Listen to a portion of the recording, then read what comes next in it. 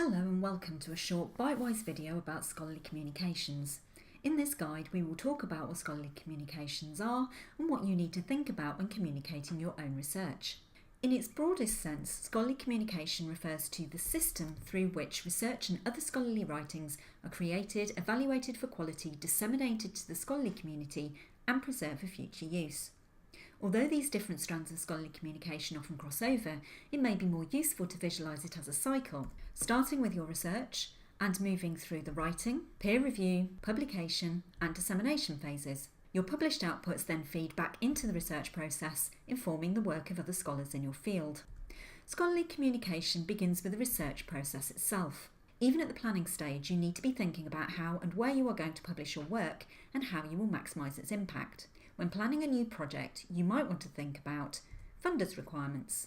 Most major funding bodies have specific requirements, for example around open access and the sharing of research data. You may also be asked to demonstrate the wider impact of your research. Data management. Even if you are not required to share your data, it is worth thinking about how you will store and preserve it and whether you can make it accessible. The library can advise you on making a data management plan. Research inputs. What are the key resources you will need to consult to keep up to date with the latest research in your field, and is this something you need to take into account when applying for funding? In some disciplines, writing is part of the research process, whilst in others, writing happens at the end of the project. However, regardless of when you start to write up your findings, it helps to think about where you are going to publish your research and who your audience will be. Some things to consider. Publication format. This may vary from discipline to discipline. For example, in the arts, it is relatively common for PhD students to publish their thesis as a monograph. In the sciences, you are more likely to publish your research project as a series of articles. However, you should try and choose the most appropriate vehicle for your topic and your audience. Publishers' guidelines. If you already have an idea of where you would like to publish before starting to write up, you can tailor your output to the publication. Most publishers will have a style guide, whether you are writing for a journal or in a longer format. Writing informally. In some disciplines, conferences and working papers provide an early opportunity to write about your research prior to formal publication. It is also increasingly common for research projects to have a blog where members of the project team can write less formally about their investigations. Remember, however, if you are thinking about applying for a patent, you need to avoid making your idea public before your application is approved. Most scholarly publications will go through some form of review. For journals and scholarly books, this will usually be a formal peer review process, which could be open, blind or double blind. When submitting your writing for review, consider acceptance and rejection. Your work is more likely to be accepted if your topic is a good fit and complies with style guidelines and word limits. But remember, the more prestigious the journal or publisher, the more likely you are to be rejected. This is usually due to a higher number of submissions received by these journals. Alternative options. It's always a good idea to have a backup plan. When narrowing down your choice of publication, format or journal, make sure you keep good notes, as you won't then need to do this work again. If your topic is very specific and you are struggling to find a suitable publisher, the library can advise you on setting up your own journal on the university's Open Journals platform. Public review.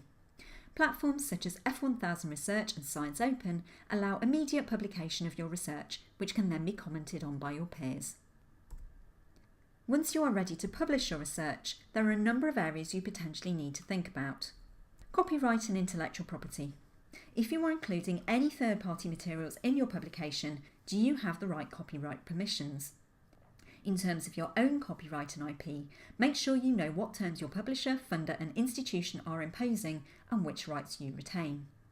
Open access. In addition to any funder requirements, to be considered for the ref, you must deposit your final peer-reviewed manuscript with an institutional or subject repository within 3 months of the date of acceptance for publication.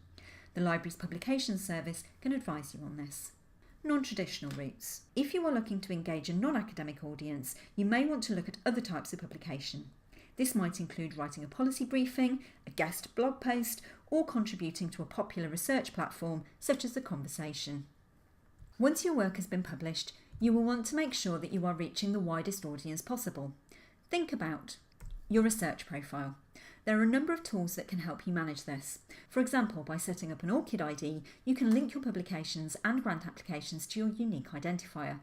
You can also claim your own publications in Google Scholar and EndNote Online.